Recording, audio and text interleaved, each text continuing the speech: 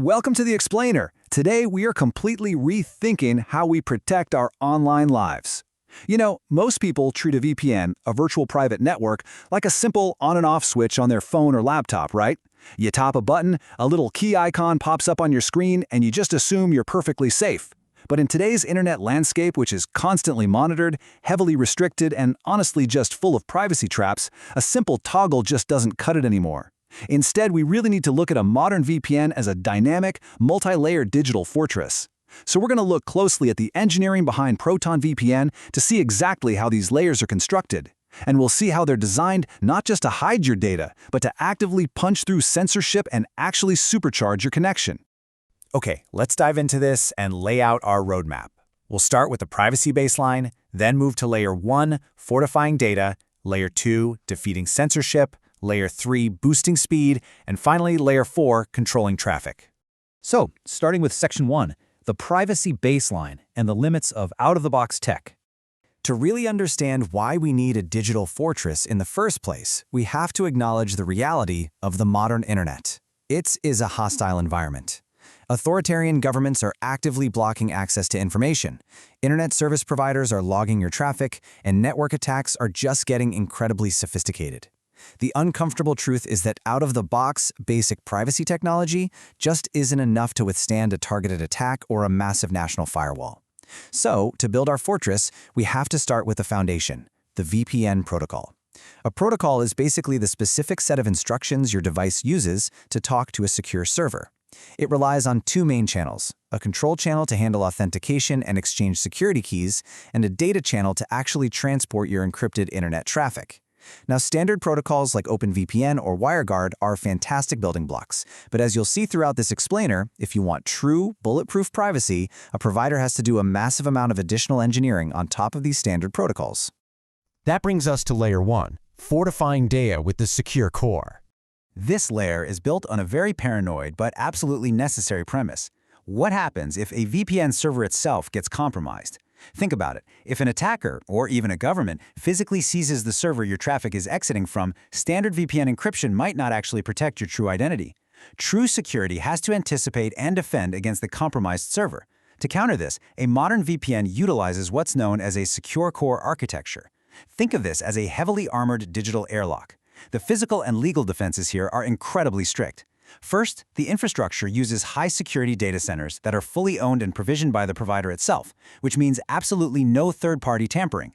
Second, there's full disk encryption on all servers, so even if someone literally rips the hard drive right out of the rack, the encryption keys stay locked away. And finally, these core servers are located exclusively in countries with the world's strongest privacy laws, specifically Switzerland, Iceland, and Sweden. Because of this incredibly robust foundation, it can natively integrate with the Tor network, routing your traffic through multiple anonymous nodes so you can access Onion sites securely with just one click. Plus, these highly secure servers are fully optimized for safe P2P file sharing and torrenting, letting you download whatever you need without ever exposing your real IP address. And this brilliantly illustrates how the secure core routing actually works in practice. When you connect, your data doesn't just go straight to a server in your target country. First, it goes to one of those ultra-secure data centers in Switzerland, Iceland, or Sweden. Only then is it forwarded to your final second VPN server, say in the United States or the UK. This double routing means that if an attacker is monitoring that final exit server, all they can trace back is the IP address of the secure core server, not your actual device. Your true IP remains completely hidden safely behind that digital airlock. Moving on to Layer 2, defeating censorship by punching through firewalls. Now that our data is fortified, we have to talk about getting it to where it needs to go. And this is where the tone shifts, because we're talking about incredibly high-stakes battles for online freedom. For journalists, activists, and everyday citizens living under authoritarian regimes, a VPN isn't just some luxury add-on, it's a literal lifeline. But these governments are deploying massive national firewalls specifically designed to detect and block standard VPN traffic. So the multi-million-dollar question is this: how do you bypass advanced VPN blocks? I mean, if a national firewall can instantly spot the mathematical signature of OpenVPN or WireGuard and just instantly shut the connection down, how do you punch a hole through it without getting caught? Well, the answer to that riddle is obfuscation, specifically through something called a stealth protocol. Because standard protocols are easily recognizable by these firewalls, engineers had to build stealth from the ground up. by taking the cutting-edge WireGuard protocol and forcing it to run over TCP, which is the exact same protocol used for standard everyday web browsing, rather than its standard faster UDP, Stealth disguises your encrypted VPN traffic to look exactly like completely normal, boring, everyday web traffic. It slips right past the firewall because the firewall simply doesn't realize it's looking at a VPN connection. It is virtually undetectable. Now, how do you actually use this technology in the real world? Well, in the past, if a network blocked you, you'd have to dig into your settings, manually guess which protocol to switch to, and try again. It was frustrating and honestly pretty slow. Today, what's really interesting about this process is how systems use smart protocol automation. If your default protocol hits a brick wall, the app instantly and automatically tries different protocols, including Stealth, until it successfully punches through. A secure connection is established completely transparently without the user having to lift a single finger. Let's look at Layer 3, boosting speed and a performance architecture. All right, we are secure and we are uncensored. But let's be real, none of that matters if the connection is too slow to actually use. Historically, the biggest pain point of using any VPN has been the crippling drop in internet speeds because of all that encryption overhead. But the modern architecture we're exploring today has fundamentally solved this. 400%. That is a dramatic number. Through a combination of massive network capacity exceeding 1 terabit per second and unique internally developed technology called VPN Accelerator, users can see speed increases of up to 400%, especially when connecting to servers that are literally halfway across the globe. This totally transforms a VPN from a slow bottleneck into a high-speed tunnel. A massive part of this speed revolution comes down to the underlying protocol. While OpenVPN is incredibly secure, traditional, and highly vetted, the newer WireGuard protocol represents the absolute cutting edge. It is lean, efficient, and lightning fast. But there is a massive catch. Out of the box, WireGuard was basically designed to create static, one-to-one connections. Now that's great for speed, but it's terrible for privacy in a commercial setting where thousands of users need to connect to the exact same server anonymously. So the crucial point is how engineers fix that privacy flaw. To make WireGuard work securely at scale, they hard-coded the app to ensure that every single WireGuard VPN connection begins with exactly the same internal IP address, 10.2.0.2. By starting absolutely everyone at that exact same IP, they implemented a really complex system called double NAT, or Network Address Translation. This system dynamically provisions your session by rewriting your IP address not once, but twice. The first NAT rewrites that shared 10.2.0.2 address to a random internal IP for your specific session. The second NAT then rewrites it again to the VPN server's public IP before you ever hit the web.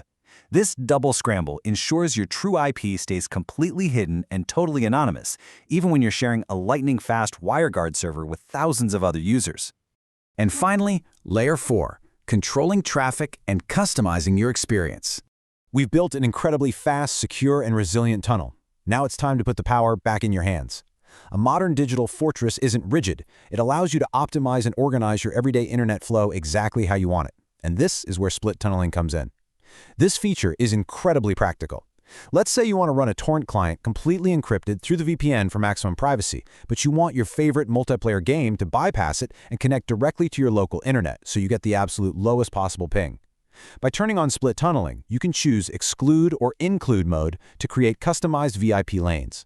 You just select the specific apps you want inside or outside the encrypted tunnel, seamlessly merging maximum security with maximum convenience.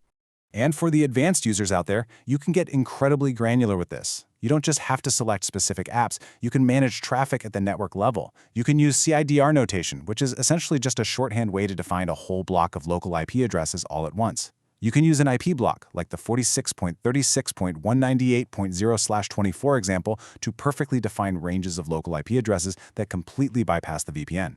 This is absolutely fantastic if you need to talk to a local wireless printer or a home media server while keeping the rest of your computer strictly locked down. Finally, we top off our customized fortress with the NetShield ad blocker. This isn't just some standard browser extension. This happens at the network level before the junk even reaches your device. NetShield intercepts and stops privacy-invading ads, prevents online trackers from profiling you, and actively blocks known malware domains. And honestly, by stopping all this heavy, unwanted code from even loading, it dramatically speeds up your everyday browsing experience. And that brings us to the end of our breakdown. We've seen how double routing protects your true identity, how stealth protocols punch through authoritarian firewalls, how double NAT fixes inherent speed limitations, and how split tunneling gives you absolute control over your traffic. So I'm going to leave you with this question to really think about. When you go online today, is your internet connection just a simple, vulnerable on-off switch? Or have you built yourself a customized digital fortress? Thank you so much for joining me for this explainer, and I highly encourage you to take a hard look at your own digital privacy tools and see just how many layers you really have.